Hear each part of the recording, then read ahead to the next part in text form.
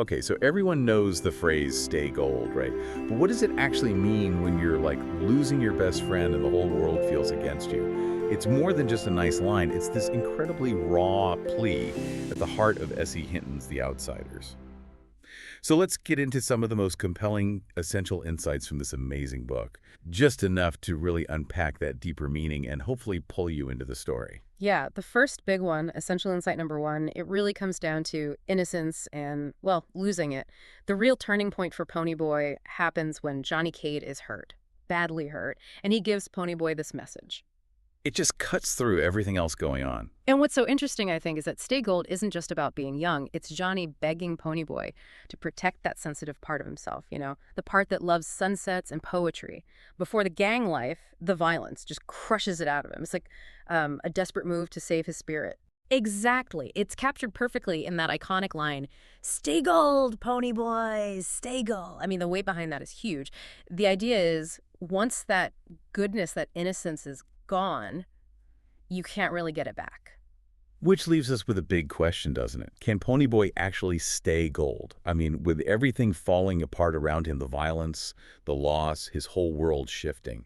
And that struggle kind of leads directly into the next insight about the divisions in their world. Right. Essential insight number two digs into that, how their world is so split by class, but money, but maybe connected underneath it all. Yeah, and the story gives us this really powerful image, this truth that kind of sneaks up on you. It's when Ponyboy realizes that someone from the west side, a Soc, and someone from the east side, a greaser, they can look up and see the exact same sunset. It's quite a moment symbolically. It's a massive realization for Ponyboy. He starts to see past the labels, greaser, soft, and he thinks maybe the two different worlds we lived in weren't so different. We saw the same sunset. For that second, it just cuts through all the conflict. It's just shared humanity. And Cherry Valance says it too, doesn't she? That conversation they have. Can you see the sunset real good on the west side? You can see it on the east side too. It's like this little flash of understanding, this universal thing they miss when they're just focused on fighting. And speaking of insights, this is Mindful Moments, our YouTube channel. We offer AI literary analysis, character insights, and thematic critiques. Really, it's about inspiring deeper reading and thoughtful reflection. So tying that back, the big question becomes, is that one moment of connection, seeing the same sunset, is it enough? Can it actually tear down the walls between these groups? Moving on, essential insight number three really gets to the core of things, I think. It shows what happens when everything else is gone, when friendship is literally all you have left. Absolutely. For the greasers, the gang is family. That's their structure, their support system.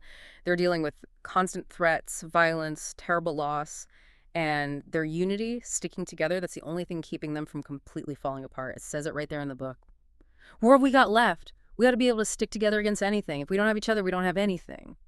That idea of needing each other for survival, not just wanting to be friends, but needing to be, it's intense. They put it so simply. In our gang, we're family, and family always comes first.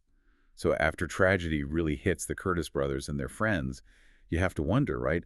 Will this bond make them stronger? Or is it going to crack under the pressure? Which brings us nicely to our final insight. Essential insight number 4, why do we fight? This is where Hinton really shows Ponyboy looking inward, asking himself and asking us, the readers, what is all this fighting really about? And he breaks it down, doesn't he?